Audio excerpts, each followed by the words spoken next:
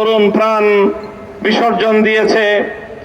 এই রক্তের স্রোত প্রবাহিত হয়েছে যেই ফ্যাসিবাদ, বৈষম্য এবং অবিচারকে দূর করার জন্য নতুন বাংলাদেশে ফ্যাসিবাদ আসার সকল পথ রুদ্ধ না করা পর্যন্ত আমাদের এই সংগ্রাম এবং আমাদের আন্দোলন অব্যাহত থাকবে ইনশাআল্লাহ। সংগ্রামী জনতা, আমরা আমাদের অতীত ইতিহাসের দুঃখজনক প্রতিটি অধ্যায়কে আমরা পর্যালোচনা করি।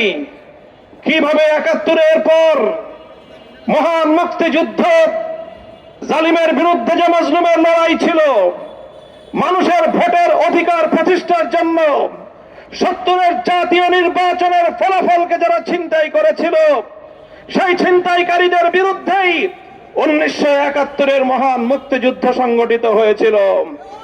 কিন্তু আমরা দেখতে পেয়েছি ৭১-এর ১৬ই ডিসেম্বর মুক্তিযুদ্ধের মধ্য দিয়ে অর্জিত স্বাধীন বাংলাদেশে সেই সংগ্রামের নেতৃত্ব দানকারী শেখ মুজিবুর রহমান সাহেব দুঃখজনকভাবে জাতির ইচ্ছা এবং অভিপ্রায়কে পায়ের নিচে পিষ্ট করে সদ্য স্বাধীন রক্তের বিনিময়ে অর্জিত একটি স্বাধীন মানচিত্রের স্বাধীনতাকে কিভাবে ভারত মাতার চরণ তলে বলি দিয়েছিলেন।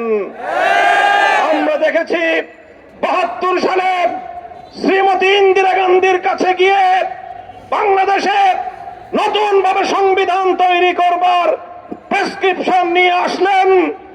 আর এভাবে ১৯৪৭ থেকে ১৯৭১, ২৪ বছরের এই পূর্ব পাকিস্তানের আমলে আওয়ামী লীগ অথবা কোন রাজনৈতিক দল যেখানে কোনোদিনও ধর্ম নিরপেক্ষতার কোনো আওয়াজ তুলেনি, ৭২-এর সংবিধান তৈরির সময় ভারতের সংবিধানের কপি পেস্ট করে বাংলাদেশের সংবিধানের মৌলনীতির জায়গায় ধর্মনিরপেক্ষতাকে স্থান দিয়ে প্রকারান্তরে বাংলাদেশের স্বাধীনতা ভারতের কাছে বিক্রি করা হয়েছে। এরপর ৭২-এর সংবিধানের নেতৃত্বে বাংলাদেশে এক নতুন চেতনা গজিয়ে ওঠে। দুঃখ এবং পরিতাপের বিষয়, ৫৩ বছর পর্যন্ত ৭১-এর মুক্তিযুদ্ধের নামে ৭২-এর ভেজাল চেতনা বাংলাদেশে সরবরাহ করা হয়েছে। আর সেই ৭২-এর চেতনার বিরুদ্ধে যারা যখন দাঁড়িয়েছে, যারা যখন ৭২-এর এই ভারতীয় আধিপত্যবাদের বিরুদ্ধে ধর্মনিরপেক্ষতার নামে চাপিয়ে দেওয়া ভারতীয় এই পচামালের বিরুদ্ধে যারাই সংগ্রাম করেছে, তাদেরকে রাজাকার ট্যাগ দেওয়া হয়েছে, তাদেরকে মুক্তিযুদ্ধের বিপক্ষ শক্তি বলে আখ্যায়িত করার পায়তারা চালানো হয়েছে। আর এভাবেই ৭২-এর ভারতীয় সংবিধানের চেতনার ভিত্তিতে দেশকে দুই ভাগে বিভক্ত করার এক অশুভ তৎপরতায় ৫৩ বছর পর্যন্ত লিপ্ত ছিল বাংলাদেশ বিরোধী অপশক্তি।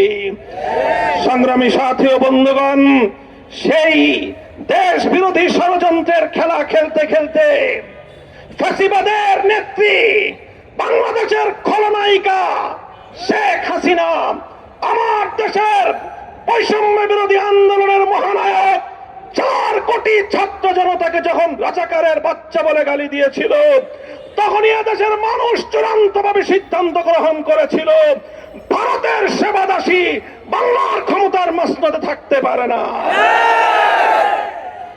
আজ ২৪-এর গণঅভ্যুত্থান পরবর্তী বাংলাদেশে আমরা পরিষ্কার ভাষায় বলতে চাই, ৭১-কে যেভাবে